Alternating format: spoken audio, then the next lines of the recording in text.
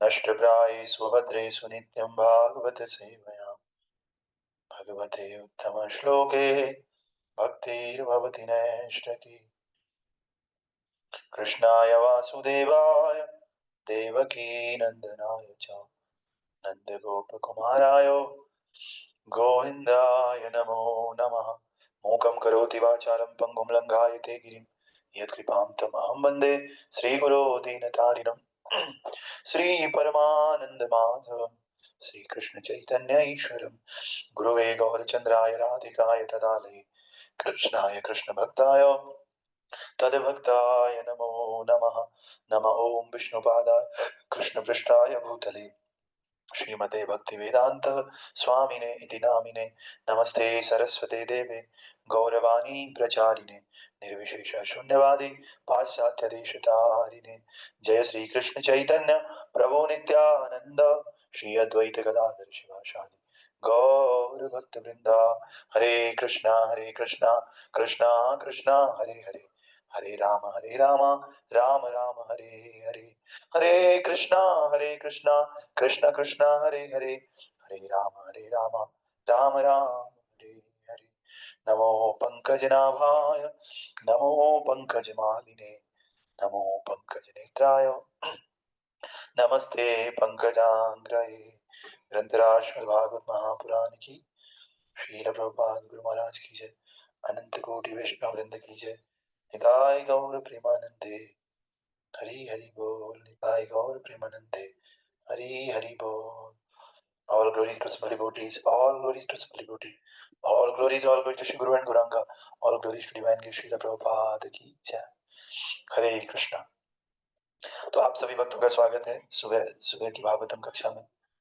तो हम लोग श्रीमद् भागवत महापुराण का दूसरा स्कंद पढ़ रहे हैं और इस दूसरे स्कंद का अध्याय संख्या 5 हम लोग पढ़ रहे हैं। इस अध्याय का नाम है समस्त कारणों के कारण भगवान, है ना। और इसका श्लोक संख्या हम पढ़ेंगे 21। तो दूसरा स्कंद 5वां अध्याय 21वां श्लोक जो कि इस प्रकार से है। कालम कर्म स्वभावम च मायेशो मायया स्वया आत्मन यदृक्षया प्राप्तम विभो भूसुरुपादते। कालम कर्म स्वभावम च मायेशो मायया स्वया आत्मन यदृक्षया प्राप्तम विभो भूसुरुपादते। कालम कर्मम स्वभावम च मायेशो मायया स्वया आत्मन यच्छ्रिया प्राप्तम विभो भू सुरुपादते। हरे कृष्ण। हरे कृष्ण प्रभु जी। कालं कर्म स्वभावं च मायेशो मायया स्वया आत्मन् यदिच्छाया प्राप्तं भूषु उपादते। हरे कृष्ण प्रभु जी, दामोदर जी। कालं कर्म स्वभावं च मायेशो मायया स्वया आत्मनं यदृच्छाया प्राप्तं भूषुरुपादते। हरि बोल। ओके, तो हमने कल देखा कि ब्रह्मा जी नारद को बोल रहे हैं कि भगवान श्री कृष्ण इस प्रकृति के तीनों गुणों से परे हैं और हमारी भौतिक इंद्रियों के द्वारा हम भगवान को अनुभव नहीं कर सकते, है ना। लेकिन आप इतना समझ लो, नारद जी को कह रहे हैं कि वे मेरे भी नियंता है और आप सबके भी नियंता है, सबके कंट्रोलर, जिसमें कि ब्रह्मा जी भी आते हैं, भगवान श्री कृष्ण है, ऐसा ब्रह्मा जी खुद कह रहे हैं, है ना। तो आज का श्लोक इस प्रकार से है। कालम कर्मम स्वभावम च माया एसो मायया स्वया। तो काल हो गया, कर्म हो गया, प्रकृति हो गई, है ना। प्रभु कह रहे हैं कि ये सब देखो, समस्त शक्तियों के नियंता भगवान अपनी ही शक्ति से सनातन काल, समस्त जीवों के भाग्य एवं उनके विशिष्ट स्वभाव का सृजन करते हैं और फिर स्वतंत्र रूप से उन्हें विलीन कर लेते हैं। तो भगवान सभी शक्तियों के कंट्रोलर हैं और भगवान अपनी ही शक्ति से क्या क्या प्रकट करते हैं। सनातन काल, जो ये काल है, भगवान द्वारा बनाया हुआ है। समस्त जीवों के भाग्य, हमारे भाग्य भी प्रभु द्वारा लिखे हुए हैं और उनके विशिष्ट स्वभाव, हम लोगों का जो नेचर है उसमें भी प्रभु उसको क्रिएट करते हैं और इन सब चीजों का सृजन करते हैं और फिर स्वतंत्र रूप से उन्हें विलीन कर लेते हैं। तात्पर्य भाई अर्चनीय, वंदनीय, प्रातः स्मरणीय जगत गुरु श्रील प्रभुपाद जी द्वारा। श्रील प्रभुपाद की जय। प्रभुपाद बता रहे हैं इस भौतिक संसार का सृजन हर बार ये प्रलय के पश्चात बारंबार होता रहता है।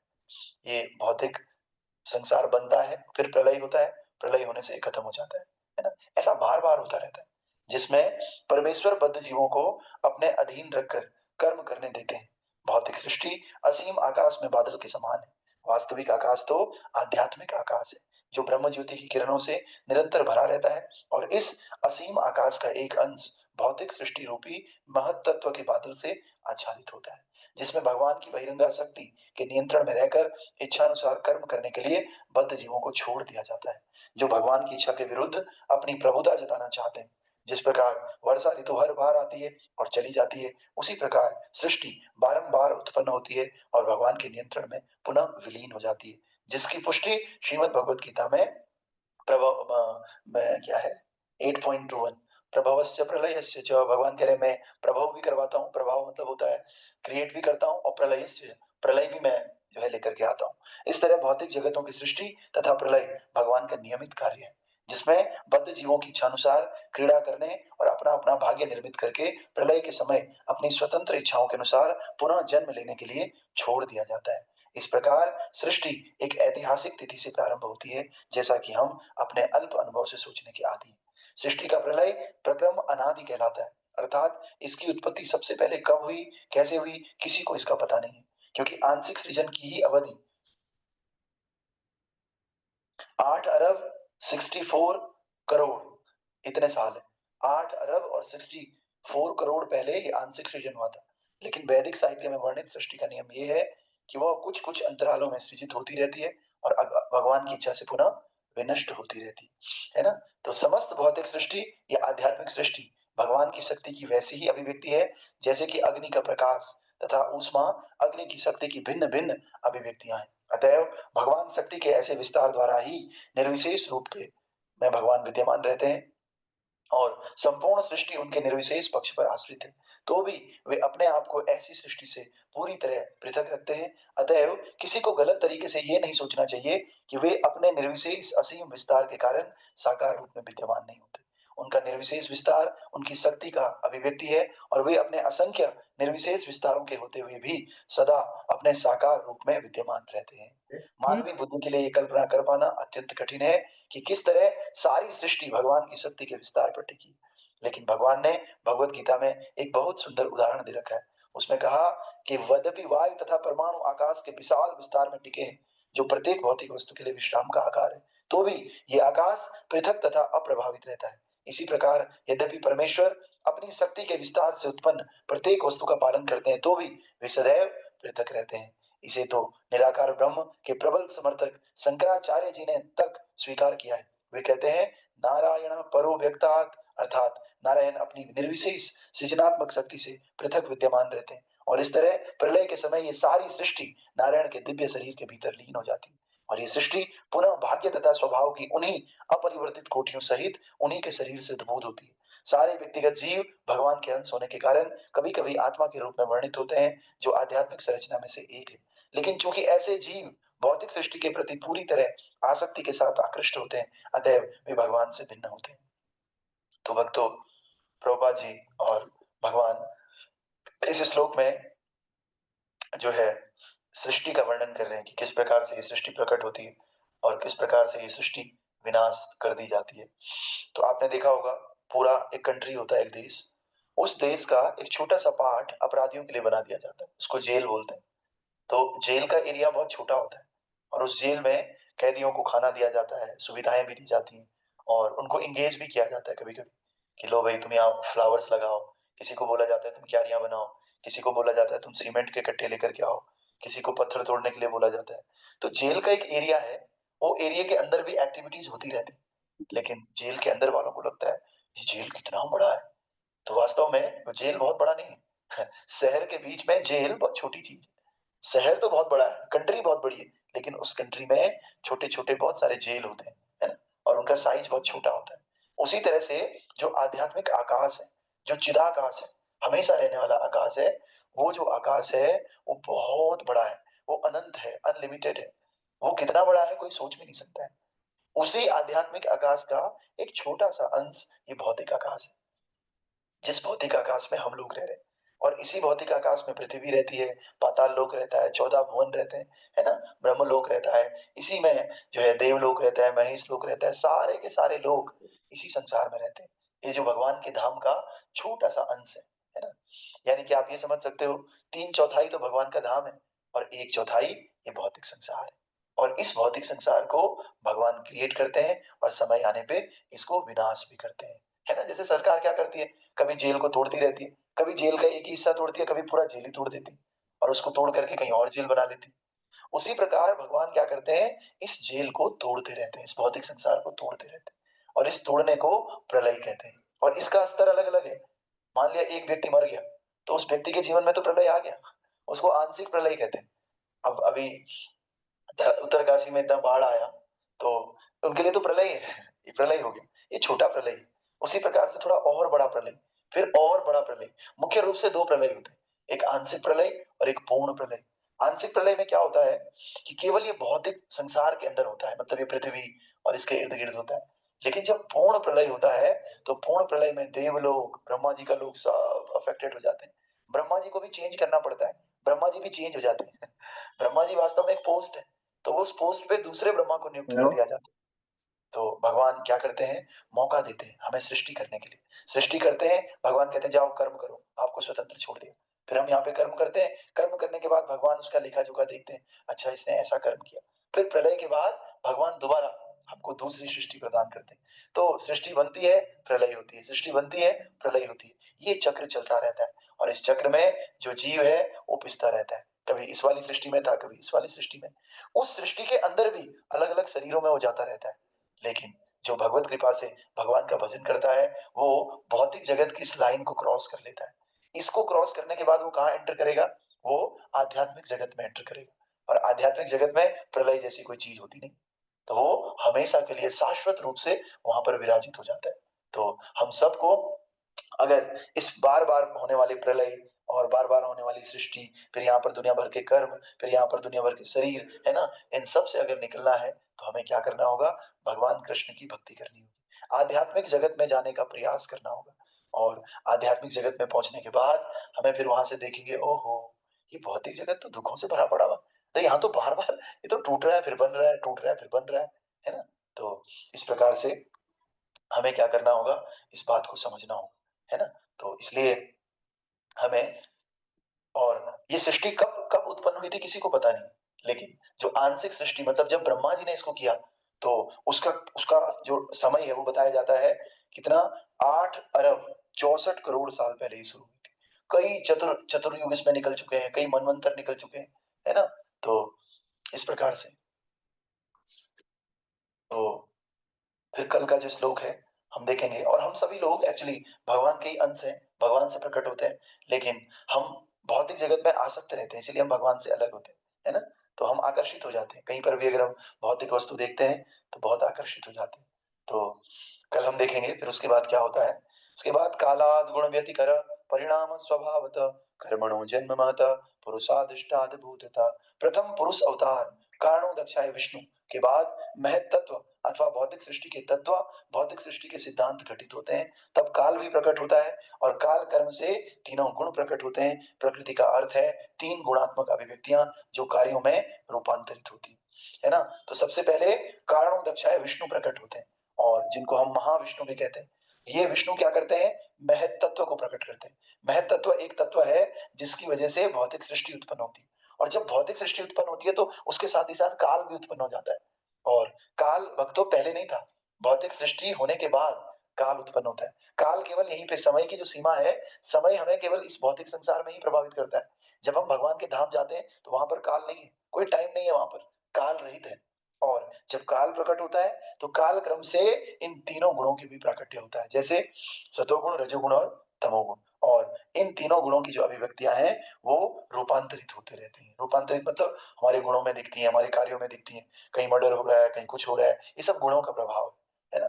तो इस प्रकार से कल हम इसका तात्पर्य पढ़ेंगे और कल जन्माष्टमी भी है और आज 15 अगस्त है, तो 15 अगस्त एक दिन पहले आया है जन्माष्टमी के। तो मुझे लगता है भगवान ये दिखाना चाह रहे हैं कि हम लोगों को स्वतंत्र रहना है। स्वतंत्र कैसे रहना है? एक स्वतंत्रता तो है जो हमारे देश के महान लोगों ने जो है इस देश को स्वतंत्र करने के लिए अंग्रेजों के चंगुल से, है ना? तो प्रभुपाद बताते हैं कि अंग्रेजों के चंगुल से तो हम चले ही जाएँगे, आज नहीं तो कल, लेकिन हमें जन्म, मृत्यु, जरा और व्याधि इनके चक्र से भी स्वतंत्र होना है। काम, क्रोध, लोभ, मोह, मद और मत्सर्य, दुनिया भर के क्लेश, दुनिया भर के दुःख और दुनिया भर के कैलेमिटीज़ ये हमारे अंदर अभी हैं, दुनिया भर के दुर्गुण। इन दुर्गुणों से अगर हमें स्वतंत्र होना है और सबसे बड़ा है भय। इस संसार में डर सबसे बड़ी चीज़ है, हर व्यक्ति डरा हुआ है, हर व्यक्ति को भय है और इस भय से अगर हमें निकलना है, स्वतंत्र होना है, तो आज के दिन हमें ये प्रण लेना चाहिए कि हमारे देश के लोगों ने हमारे देश को स्वतंत्र तो कर लिया, लेकिन अब हम क्या कर सकते हैं? हमें खुद भी भय से मुक्त होना है और दूसरों को भी भय से मुक्त होने के लिए या काम, क्रोध, लोभ, मोह से मुक्त होने के लिए भगवान की भक्ति करनी है और दूसरों को इस भक्ति के संदेश का प्रचार करना है। ये वास्तविक स्वतंत्रता है। जिस दिन हम वास्तविक रूप से स्वतंत्र हो जाएँगे, तो कोई हमें परतंत्र कर ही नहीं पाएगा, क्योंकि हम तो शुद्ध हो गए। इसलिए ज़्यादा से ज़्यादा कृष्ण भक्ति का और ये जो आध्यात्मिक रास्ता है, भगवान का संदेश है, इसका लोगों को प्रचार-प्रसार करना चाहिए और जो है ये वास्तविक स्वतंत्रता है। सॉरी प्रभु कुछ प्रश्न पूछ रहे हैं? हरे कृष्ण प्रभु जी लिखा है मैंने एक्चुअली। अच्छा लिखा है, अब लिखा हुआ कहाँ से देखेंगे भैया? Some scientist says that this universe is created by God. Particle theory is Big Bang. One question. Okay. तो ठीक है, ऐसी तो बहुत थ्योरीज आती हैं बिग बैंग है ना, लेकिन हमारे शास्त्र इसको खारिज करते हैं। बिग बैंग है और भी थ्योरीज हैं, आप अगर बायो के स्टूडेंट रहे होंगे तो अलग अलग थ्योरी है, डार्विन, लेमार्क और बहुत सारी थ्योरीज हमको पढ़ने को आती है ना, लेकिन हमें ऐसा कभी नहीं होता है कि कोई नॉन लिविंग चीज से लिविंग चीज आए। जैसे हम अगर पता करें कि थोड़ा-सा बालू ले आओ, थोड़ा-सा मिट्टी ले आओ, थोड़ा-सा पत्थर ले आओ और एक आदमी को बना लो, कभी नहीं हो सकता है। आप अभी भी देख लो कि इसीलिए कभी भी जीवन, जीवन से आता है। लाइफ कम्स फ्रॉम लाइफ तो इसीलिए भगवान प्रकट करते हैं सब चीज़ों को। भगवान जीवन दे सकते हैं, दूसरा कोई व्यक्ति जीवन नहीं दे सकता है। आप चीज़ें बना सकते हो, पुतले बना सकते हो, कई चीज़ें आप कर सकते हो, है ना? अपना बड़ा-सा घर बना सकते हो, नदी के प्रवाह को इधर से उधर लेकर के जा सकते हो। लेकिन आप किसी लिविंग बीइंग को नहीं बना सकते, एक मच्छर तक को हम लोग नहीं बना सकते। तो फिर लाइफ किसी नॉन लिविंग थिंग से कैसे आ सकती है? बहुत सारे साइंटिस्ट ये भी कहते हैं कि केमिकल रिएक्शन हो गई और केमिकल रिएक्शन होने से जो है जीवन आ गया। नहीं, केमिकल रिएक्शन होने से शरीर बन सकता है, ये मैं मानता हूँ, क्योंकि शरीर तो भौतिक है। लेकिन शरीर के अंदर जो प्राण है, जो आत्मा है, वो प्राण केवल और केवल भगवत कृपा से मिलते हैं, है ना? तो इसलिए थ्योरीज आती रहेंगी, जाती रहेंगी बहुत सारी। हम लोग बायोलॉजी में देखते हैं, केमिस्ट्री में देखते हैं, कई सालों बाद पता चलता है अरे ये तो खराब था, ये तो बेकार था, है ना? ये तो झूठ चल रहा था, है ना? 2-200 साल, 4-400 साल तक झूठी-झूठी थ्योरी चलती रहती है और 400-500 साल बाद पता चलता है ये थ्योरी तो झूठी थी, ये तो बिल्कुल गलत थी, ऐसा तो होता ही नहीं। तो इस प्रकार से सबसे बड़ी थ्योरी है जो 5000 साल पहले भी और 8 अरब साल पहले भी वही थी, आज भी वही है और हमेशा रहने वाली है। वो है भगवान श्री कृष्ण का मैसेज, भगवत गीता, श्रीमद् भागवतम, हमारे वैदिक ग्रंथ जो कभी भी परिवर्तित होने वाले नहीं है। तो इसलिए हमें जो है क्रिएशन के लिए केवल इनको पता करना चाहिए ना। तो एक बार हम जब कोचिंग में पढ़ते थे, तो हमारे एक टीचर ने कहा था बायोलॉजी वाले ने कि जो बायोलॉजी है वो हमें सिखाती है हाउ आवर बॉडी प्रोसीड, मतलब हमारी बॉडी कैसे काम करती है, ये हम बताते हैं साइंस में। उन्होंने लिखवाया भी था हमको, साइंस बताती है कैसे काम करता है, लेकिन क्रिएट कैसे हुआ वो साइंस कभी नहीं बताती है। क्रिएशन को कोई भी व्यक्ति नहीं बता पाएगा कि कैसे क्रिएट हुआ। हाँ, उसका प्रोसेस क्या है वो सब बता देंगे। तो इसीलिए हम सबको क्रिएशन का जो जवाब है वो केवल हमारे शास्त्रों में, वैदिक शास्त्रों में, है ना? बाकी how to proceed that is in science also, और ये साइंस भी शास्त्र का ही तो हिस्सा है। हमारा सनातन धर्म इतना महान है। देखो मैथमेटिक्स, वैदिक मैथ्स होती है, साइंस होती है, आयुर्वेद वेद का एक पार्ट है ना? तो साइंस भी कहीं न कहीं हम लोगों ने साइंस को अलग कर दिया, स्पिरिचुअलिटी को अलग कर दिया। साइंस स्पिरिचुअलिटी एक ही बात है। हमारे जो वैदिक शास्त्र है इन्हीं का एक पार्ट साइंस है। आप इस तरह से देख सकते हो। जैसे आयुर्वेद, तो आयुर्वेद तो साइंस है, आयुर्विज्ञान, वैदिक मैथमेटिक्स है, बहुत सारी चीज़ें भगवान गीता में कह रहे हैं कि जो ये गीता का ज्ञान है ये भी स्पिरिचुअल साइंस है ना? तो इस प्रकार से हमें इसको समझना चाहिए। आज स्वतंत्रता दिवस है, आप सब लोगों को स्वतंत्रता दिवस की शुभकामनाएँ। हम भगवान से प्रार्थना करते हैं, जिस प्रकार कई साल पहले हमारा देश स्वतंत्र हुआ था, उसी प्रकार हम लोग इस भवबंधन से स्वतंत्र हों, हम कर्मों के इस महान समुद्र से बाहर निकल कर आएँ, काम, क्रोध, लोभ, मोह से भी स्वतंत्र हों और दुनिया भर की कैलेमिटीज़ जो हमारे जीवन में है, इन सब से हम स्वतंत्र हों और स्वतंत्र होकर के भगवान श्री कृष्ण के चरण कमलों को पकड़ें और जो भयंकर डर हम सभी के अंदर बैठा हुआ है, भय रहित हम हो जाएँ आज के दिन, भय से स्वतंत्र हों। और भय से कैसे स्वतंत्र होंगे? भगवान श्री कृष्ण का भजन करके। तो एक भजन मैं गाऊँगा, बस आधा 1-2 मिनट, 1-2 लाइन गाऊँगा। आप सब भी इस भजन को जानते हैं। तो भय मुक्त कैसे होना है, एक बात हमेशा याद रखिए, भगवान श्री कृष्ण का भजन करके हम भय मुक्त हो सकते हैं। तो अब हमारा मन भजन करने देता ही नहीं, इसीलिए एक आचार्य हैं, वो मन को समझा रहे हैं। क्या समझा रहे हैं? भजहु रे मन श्री नंदनंदना, अभय चरणार बिंद रे। भजहु रे मन श्री नंदनंदन, अभय चरणार बिंद रे। दुर्लभ मानव जन्म सत्संगे, दुर्लभ मानव जन्म सत्संगे, करहु रे भव सिंधु, करहु रे भव सिंधु। भजहु रे मन श्री नंदनंदन, भजहु रे मन श्री नंदनंदन, अभय चरणारविंद, अभय चरणारविंद। एक आचार्य हैं, वो अपने मन को समझा रहे हैं कि भैया, अरे मन, तुम क्या करो, भगवान श्री कृष्ण का भजन करो, क्योंकि भगवान श्री कृष्ण के चरण ही वास्तव में हमें भय से मुक्त कर सकते हैं। तो आप लोगों को अगर इसका अनुभव करना है, जिसको अनुभव नहीं है, जिसको है तो अच्छी बात है, आप लोग भी भजन करके देखिए। कृष्ण का भजन आप कुछ समय तक करिए, कुछ समय करने के बाद आप भय मुक्त हो जाएंगे। आप भक्तों को देखिए, भक्त लोगों को मौत का भी डर नहीं होता है, सबसे बड़ा डर होता है मौत का, लेकिन भक्तों को मौत का भी डर नहीं होता है। दो स्थिति में डर नहीं होता है भक्तों, एक स्थिति तमोगुण की स्थिति है कि होश ही नहीं है, कहीं सो रखे हो, चिंता ही नहीं है, दिमाग कम है, अल्पज्ञ व्यक्ति को भी डर नहीं होता है ना। और दूसरा, जब भगवान के चरणों को हम कस करके पकड़ लेते हैं, तब भी हमें डर नहीं लगता है। इसीलिए संत लोग कहते हैं, जिस मरने से जग डरे मेरे मन आनंद, मरने से ही पाइए पूरम परमानंद। तो संतों को तो मरने से अच्छा लगता है, ओ अब तो नया शरीर मिलेगा, ओके मैं भजन कर रहा हूँ तो अब इस भजन का रिजल्ट मिलेगा, मैं भगवान के धाम जाऊंगा, है ना। तो इस तरह से अगर हम सब लोग भय मुक्त होना चाहते हैं तो हमें भगवान श्री कृष्ण का भजन करना है। इसलिए आप सब लोग इस संदेश को आज स्वतंत्रता दिवस के दिन स्वीकार कीजिए कि हमें इस संसार के भय से मुक्त होना है। तो भय मुक्त होने के लिए भगवान का भजन और भगवान का संदेश, गीता में भी कहते हैं भय शोकादिवर्जितम, गीता अध्ययन शीलस्य भय शोकादिवर्जितम। अगर गीता का हम नियमित रूप से अध्ययन करते हैं तो भय और शोक दोनों ही हमारे जीवन से चले जाते हैं। श्रील प्रभुपाद की जय। हरे कृष्णा।